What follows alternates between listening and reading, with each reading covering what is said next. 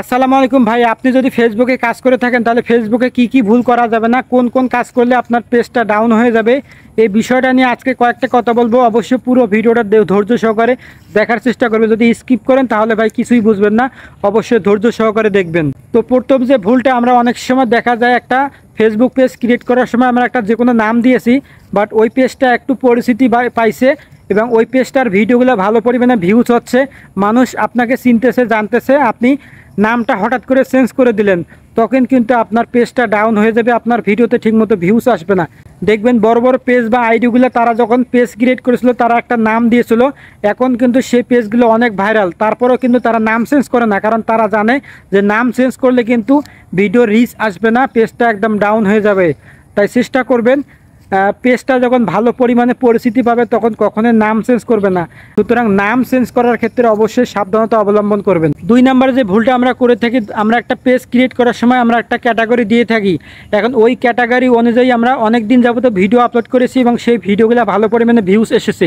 এখন যদি আপনি হঠাৎ করে ওই ক্যাটাগরিটা চেঞ্জ করে অন্য একটা ক্যাটাগরি দেন তাহলে কিন্তু আপনার ভিডিওতে ভিউজ আসবে না, আপনার পেজটা একদম ডাউন হয়ে যাবে। আমি অনেক বড় বড় পেজ বা আইডিগুলোকে দেখেছি, তারা হঠাৎ করে ক্যাটাগরি চেঞ্জ করার কারণে কিন্তু তাদের পেজটা একদম ডাউন হয়ে গেছে। তাই চেষ্টা করবেন আপনি যে ক্যাটাগরি দিয়েছিলেন সেম ক্যাটাগরির ভিডিও আপনাকে আপলোড করতে হবে।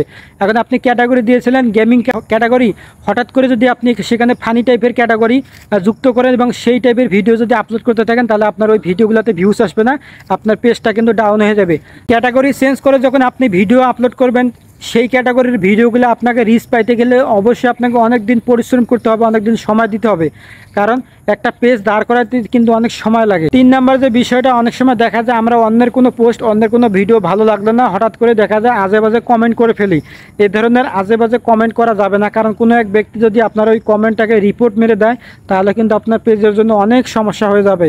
অবশ্যই কারো ভিডিওতে কমেন্ট করার আগে কমেন্টটা ভালোভাবে দেখবেন যে কমেন্টটা যাতে কোনো রকমের কুরুচিপূর্ণ না হয়ে থাকে। 4 নম্বর যে বিষয়টা, আমরা অনেকেই আছি ধারাবাহিকভাবে পোস্ট করতে চাই না। ভাই আপনি যদি ধারাবাহিকভাবে টাইম মেনটেন করে পোস্ট করতে না পারেন তাহলে কিন্তু আপনার পেজটা দাঁড় হবে না, আপনার পেজের রিচটা কিন্তু ডাউন হয়ে যাবে। অনেকেই দেখা যায় আজকে 2টা ভিডিও আপলোড করেছে, আগামী 3 দিন খবর নেই, এরপরে আবার হঠাৎ করে 5টা ভিডিও আপলোড করে দিয়েছে।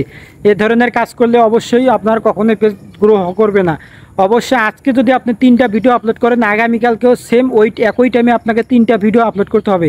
এইভাবে আপনাকে টাইম মেনটেন করে ধারাবাহিকভাবে কাজ করতে হবে, এছাড়া কখনোই পসিবল না। 5 নম্বরে যে বিষয়টা আছে, আমরা অনেকেই আছি কপিরাইট ভিডিও নিয়ে কাজ করি। অবশ্যই কপিরাইট ভিডিও নিয়ে কাজ করতে গেলে অবশ্যই আপনার ভিডিও এডিটিংটা ভালোভাবে জানতে হবে। অবশ্যই কোনো রকমের কোনো ওয়েবসাইট থেকে কোনো লিঙ্ক থেকে ভিডিও ডাউনলোড করে সরাসরি আপনার পেজে আপলোড করে দিবেন না, সেগুলো অবশ্যই ভালোভাবে এডিটিং করে তারপরে আপলোড করার চেষ্টা করবেন। এরপরে আসি, আমরা অনেকেই দেখা যায় ফেসবুকে বিভিন্ন সময় বিভিন্নভাবে স্প্যামিং করে থাকি। এ ধরনের স্প্যামিং করা যাবে না, অবশ্যই ফেসবুক কিন্তু এগুলো অপছন্দ করে।